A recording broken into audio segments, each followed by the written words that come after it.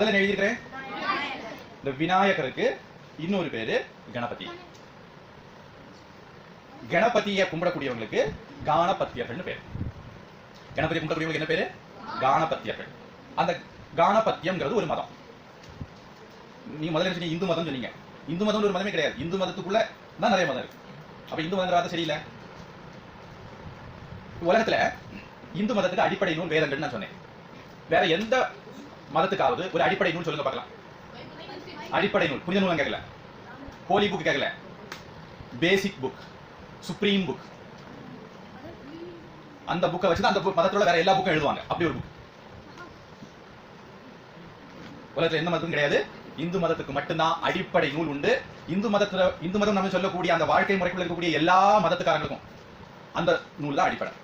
சைவ விநாயகரை கும்பிடக்கூடிய, கணபதியை கும்பிடக்கூடிய காணபத்திய மதம் அடிப்படை எது? வேதங்கள். தட்சிணாமூர்த்தி சிவன் எடுத்துக்கிடுவோம். சிவனை கும்பிடக்கூடியவர்கள் சைவர்கள். சைவர்களுடைய மதத்துக்கு சைவ மதம்னு பேரு.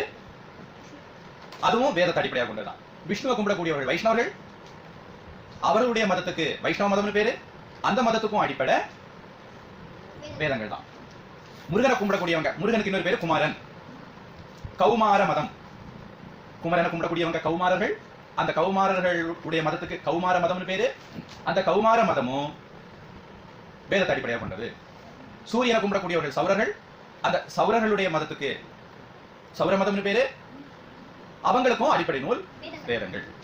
சக்தியை வழிபடக்கூடியவங்க பார்வதி, மகாலட்சுமி, சரஸ்வதி, பல பேர்ல எல்லாமே லலிதா அம்பிகை தான், லலிதா பரமேஸ்வரி தான்.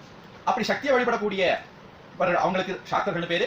அவங்களுடைய மதத்துக்கு சாக்த மதம்னு பேரு. அதுக்கும் அடிப்படையே தான் வேதங்கள் தான். இது வந்து சங்கரர் ஏற்படுத்தி வச்ச ஒரு 6 வழிபாட்டு முறை நான் சொன்னேன். இது அல்லாம ஐயப்பனை வழிபடக்கூடியவங்க இருக்காங்க, முனியாண்டியை வழிபடக்கூடியவங்க இருக்காங்க, சங்கிலி கருப்பனை வழிபடக்கூடியவங்க இருக்காங்க, சுடல மாடனை கும்பிடுறவங்க இருக்காங்க, ஏகேமியை கும்பிடுறவங்க இருக்காங்க. இப்படி எத்தனையோ வழிபாட்டு முறைகள் நம்ம நாட்டில் இருக்கு. இது எல்லாருக்கும் அடிப்படை எதுன்னு பாத்தீங்கன்னா வேதங்கள் தான்.